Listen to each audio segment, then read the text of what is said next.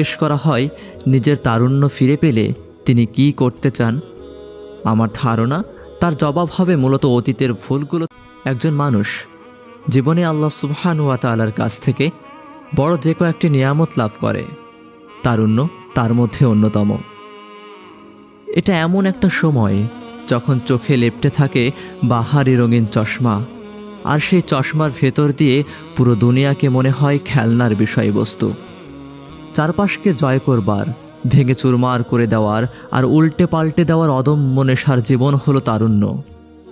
যুবকদের হৃদয়ে থাকে প্রাণের প্রাচুর্য, আর সেই প্রাচুর্যকে বেপরোয়া হতে দিলে তা যেমন ধ্বংস ডেকে আনে, অন্যদিকে যদি সেই প্রাচুর্যকে ব্যবহার করা যায় সঠিকভাবে আর সঠিক খাতে, তাহলে জীবনকে ধাবিত করা যায় প্রভূত কল্যাণের পথে।